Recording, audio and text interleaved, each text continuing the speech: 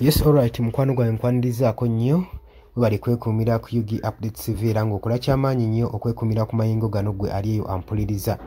Muhoozi Kainerugaba mutabani wa Mwami Yoweri Kaguta Museveni avuddeyo ku mukutu gw'ero gwa social media n'agenda mu maaso n'okusindikira amawanga ag'ebunaayira obubaka naddala buli ggwanga eriyina ekitebe mu Uganda ageze mu maaso n'obasindikira obubaka obubawooninga obubatiisatiisa.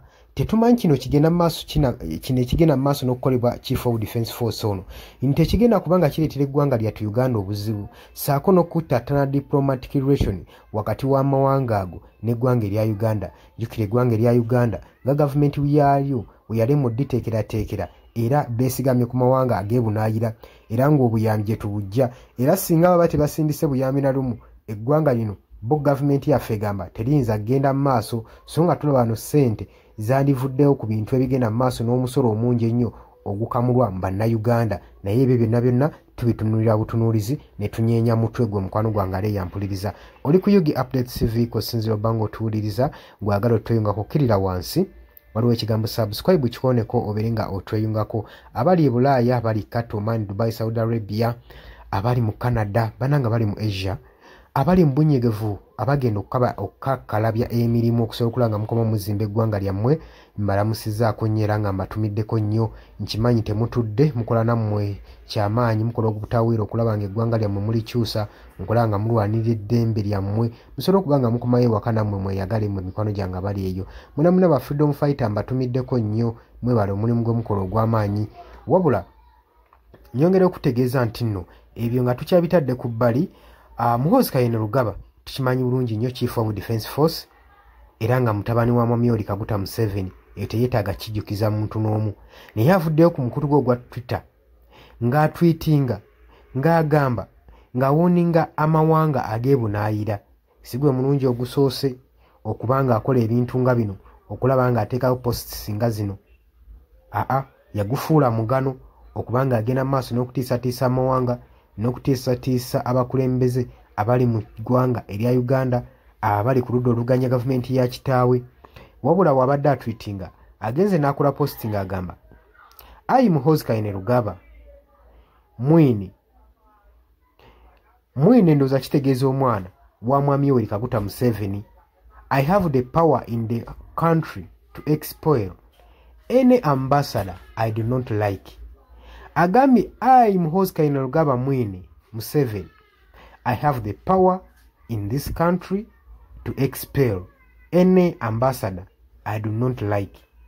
Ngagamba nti nga ye Muhoozi Kainerugaba Chief of Defence Force yaweebwa amaanyi era alina amaanyi agamala mu ggwanga lyattu Uganda nga ye kaali nti mwana wa mutabani wa Mwami Yoweri Kaguta Museveni alina amaanyi n'obuyinza mu ggwanga erya Uganda okugoba ambasada yenna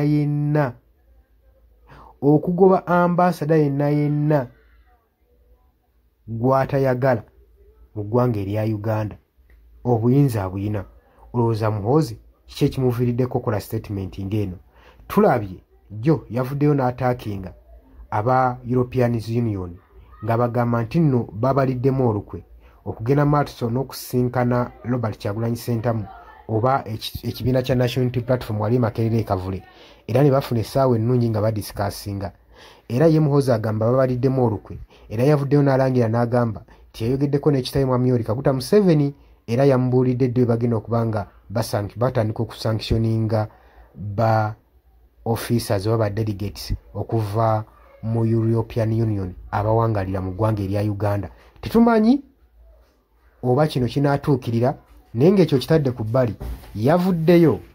Avuddeyo n'agenda mu maaso n'okusheekinga bambassadors ab'omu ggwanga wadde avuddeyo nga tayatudde ambassador gwayagala okuwa mu ggwanga erya Uganda gwayagala okuexperinga naye azze tujjukira bulungi nnyo waliwo embiranyi wakati we n'ambassador wa America William Pope era ng'ono yali amuwaddeko ultimatum ng'amugambye essaawa mbala abeere ng'akuttemu obubwe nga yabulidde Africa era taddamu nakulinnya ku ttaka lya Africa adde n'omulundi n'ogumu n'akeddagala.